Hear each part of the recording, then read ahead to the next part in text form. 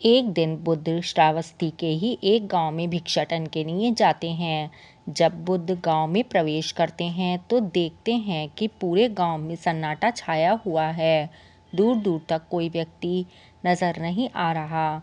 बुद्ध उस गांव के पहले द्वार पर जाते हैं और कहते हैं, भिक्षाम देहि, परंतु भीतर से कोई बाहर नहीं आता। बुद्ध दूसरे द्वार पर जाते हैं परंतु कोई दरवाज़ा नहीं खोलता। बुद्ध तीसरे द्वार पर जाते हैं परंतु उस द्वार से भी कोई व्यक्ति बाहर नहीं आता। फिर अचानक से एक दरवाज़ा खुलता है जिसमें से एक व्यक्ति बाहर निकलता है।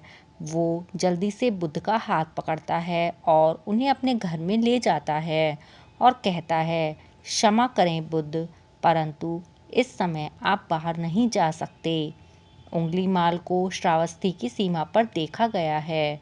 सभी गांव वाले डर के मारे अपने अपने घरों की खिड़कियां दरवाजे बंद करके बैठे हुए हैं। बुद्ध उस व्यक्ति से पूछते हैं, कौन है ये उंगलीमाल और उससे सबको इतना भय क्यों है। वह व्यक्ति कहता है कि उंगलीमाल एक राक्षस है। उसे जो भी मनुष्य मिलता है, चाहे वो बच्चा हो, वृद्ध हो, स्त्री हो या पुरुष हो, यहाँ तक कि सन्यासी भी हो, वो किसी को नहीं छोड़ता। महाराज प्रसन्नजीत के सैनिक भी उससे डरते हैं। बुद्ध उस व्यक्ति से पूछते हैं, क्या वह यह सब धन के लालच में करता है। वो व्यक्ति कहता है, नहीं, धन का उसे कोई लालच नहीं है। वो जब भी किसी मनुष्य पर वार करता है तो उसकी उंगली काटकर अपने गले की माला बनाता है, इसलिए उसका नाम उंगलीमाल पड़ गया है। यह भी सुना जाता है कि जब उसके गले में 100 उंगलियां पूरी हो जाएंगी तो उसकी विनाशक शक्तियां और भी ज़्यादा बढ़ जाएंगी। बुद्ध कहते हैं, आभार आपका, जो आपने मुझे उसके बारे में बताया। फिर वो व्यक्ति बुद्ध से कहता है कि कृपा कर आप बाहर न जाइए, क्योंकि वो आप पर भी वार कर सकता है। बुद्ध कहते हैं, भय से अपनी राह छोड़ दो, ऐसा मैंने कभी नहीं किया। मुझे भिक्षा मांगता देख जन जन के हृदय में उंगलीमाल का भय कम होगा। फिर वो व्यक्ति कहता है, नहीं बुद्ध, आप मत जाइए, वो बहुत ही ज़्यादा खतरनाक है। बुद्ध बोले कि वो खतरनाक नहीं बल्कि दुखी है और मुझे उसके पास जाना होगा क्योंकि उसे मेरी आवश्यकता है। इतना कहकर बुद्ध उस व्यक्ति के पास से चले जाते हैं। कुछ दूर चलने के बाद बुद्ध वन में प्रवेश करते हैं। वन में चारों ओर सन्नाटा छाया हुआ है। दूर दूर तक ना तो कोई मनुष्य और ना ही कोई पशु पक्षी दिख रहा होता है, परंतु बुद्ध अपने मार्ग में आगे बढ़ते रहते हैं। अचानक बुद्ध के सामने उंगलीमाल आकर खड़ा हो जाता है। उसका रूप इतना डरावना होता है कि कोई भी व्यक्ति उसे देखकर ही भयभीत हो जाए। उसके गले में उंगलियों की माला होती है, चेहरा और हाथ खून से सने होते हैं और शरीर बलशाली होता है। उसका रूप इतना भयानक होता है कि किसी भी साधारण व्यक्ति के प्राण तो उसे देखते ही निकल जाएं, परंतु बुद्ध पर उंगलीमाल के इस डरावने रूप का कोई असर नहीं होता। बुद्ध कुछ क्षण तक एक शांत मुस्कुराहट के साथ उंगलीमाल की तरफ देखते हैं और फिर उसके बगल से निकलकर अपने मार्ग की तरफ आगे बढ़ जाते हैं। बुद्ध को ऐसा करते देख उंगलीमाल को यह समझ नहीं आता कि उसके साथ ये क्या हो रहा है। वह मन ही मन सोचता है कि मुझे देखकर लोग या तो भाग जाते हैं या मुझे देखकर मर जाते हैं या फिर मुझसे अपने प्राणों की भीख मांगने लगते हैं। मैंने कई सन्यासियों को भी मारा है, परंतु आज तक मैंने ऐसा व्यक्ति नहीं देखा जो मुझे नज़रअंदाज करके अपने मार्ग में आगे बढ़ जाए। या तो इसने मुझ पर ध्यान ही नहीं दिया या फिर हो सकता है यह देख ही ना सकता हो, परंतु मुझे इससे क्या, मुझे तो अपनी उंगलियों की माला पूरी करनी है। उंगलीमाल बुद्ध को आवाज़ लगाता है, ए साधु रुक। फिर भी उंगलीमाल को बुद्ध नज़रअंदाज करते हैं और अपने मार्ग में आगे बढ़ते रहते हैं। उंगलीमाल और ज़्यादा क्रोध में भरकर बुद्ध को आवाज़ लगाता है, ए साधु रुक। फिर भी बुद्ध उंगलीमाल को फिर से नज़रअंदाज करते हैं और अपने मार्ग में आगे बढ़ते हैं। उंगलीमाल तीसरी बार बहुत ही ज़्यादा क्रोध में भरकर आवाज़ लगाता है, ए साधु रुक। फिर बुद्ध रुकते हैं। उंगलीमाल बुद्ध के पास जाता है और कहता है, मेरे आदेश देने के बाद भी तू रुका क्यों नहीं? बुद्ध कहते हैं, मैं तो बहुत पहले ही रुक चुका हूँ, तुम ही चलते जा रहे हो। उंगलीमाल ये समझ नहीं पाता बुद्ध क्या कह रहे हैं, परंतु वो इतना ज़रूर समझ जाता है कि सामने खड़ा व्यक्ति उससे थोड़ा भी नहीं डर रहा।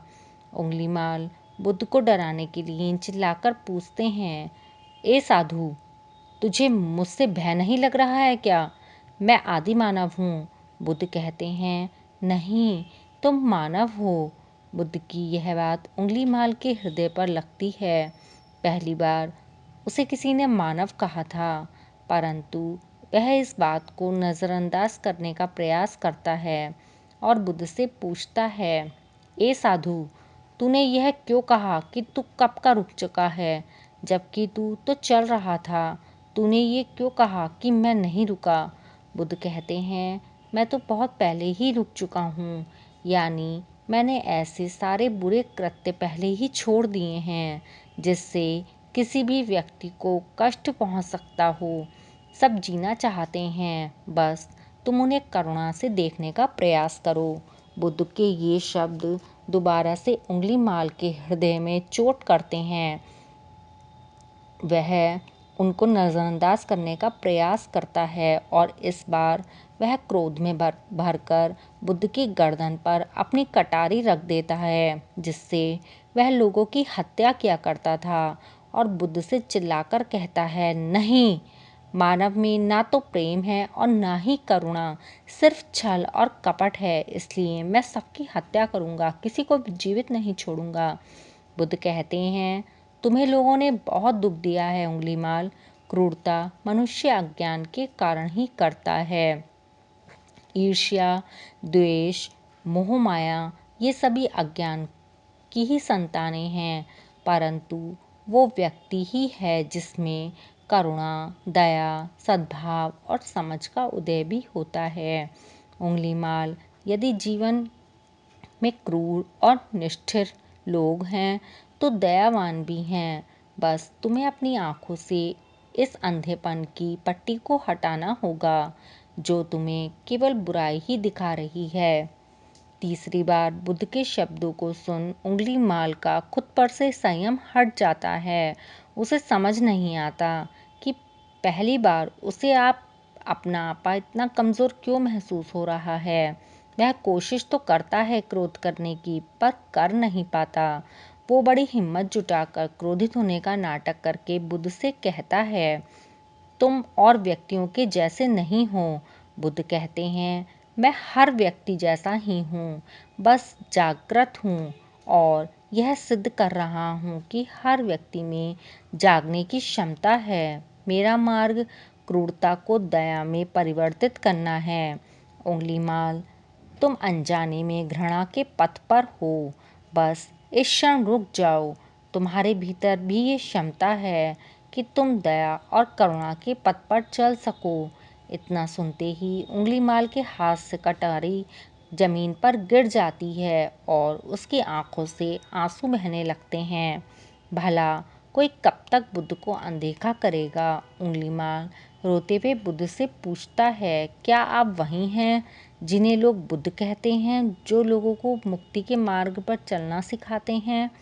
फिर बुद्ध कहते हैं कि हाँ, मैं वही हूँ जो तुम्हें भी मुक्ति के मार्ग पर ले जाना चाहता हूँ। उंगलीमाल कहता है, परंतु अब मैं बहुत दूर निकल गया हूँ। मैंने बहुत हत्याएं की हैं, बहुत पाप किए हैं। मैं अब चाहकर भी वापस नहीं लौट सकता और मेरा वापस लौटना अब असंभव है। बुद्ध कहते हैं, असंभव कुछ नहीं, जब जागो तभी सवेरा। उंगलीमाल कहता है, मैं अब पुनः जीवन की ओर नहीं मुड़ सकता, बहुत देर हो चुकी है। बुद्ध कहते हैं, तुम में इतनी चेतना है कि तुम जानते हो जो तुमने अब तक किया वह बुरा था। इसका यह अर्थ है कि तुम जानते हो कि क्या अच्छा है और क्या बुरा। उंगलीमाल, जिस दिन से तुमने अच्छा कार्य करना शुरू कर दिया उस दिन से तुम्हारा एक नया जीवन शुरू हो जाएगा। फिर उंगलीमाल कहता है, मैं कितने भी अच्छे कार्य क्यों ना कर लूं, परंतु लोग मुझे उसी दृष्टि से देखेंगे और मुझे चैन से जीने नहीं देंगे। बुद्ध कहते हैं, उंगलीमाल, यदि तुमने हिंसा का मार्ग छोड़ा तो मैं तुम्हें मार्ग दिखाऊंगा और तुम्हारा संरक्षण करूंगा और तुम्हें लोगों की घृणा से बचाऊंगा। बस पहला कदम तुम्हें ही उठाना होगा। उंगलीमाल पूछता है, क्या ये हो सकता है? बुद्ध कहते हैं, हाँ, अवश्य हो सकता है। तुम में असामान्य बुद्धि है उंगलीमाल, तुम परम सत्य के पथ पर बहुत आगे जाओगे। उंगलीमाल रोते हुए बुद्ध के चरणों में गिर जाता है और कहता है, मैं आपको वचन देता हूँ कि सारे बुरे कार्य करने छोड़ दूंगा और आपके पीछे करुणा के पथ पर चलना सीखूंगा। कृपा कर आप मुझे अपना शिष्य बना लीजिए। बुद्ध कहते हैं, मैं किसी को अपना शिष्य नहीं बनाता, बल्कि व्यक्ति स्वयं मेरे संग से जुड़ जाता है। उंगलीमाल उसी समय बुद्ध का भिक्षु बन जाता है।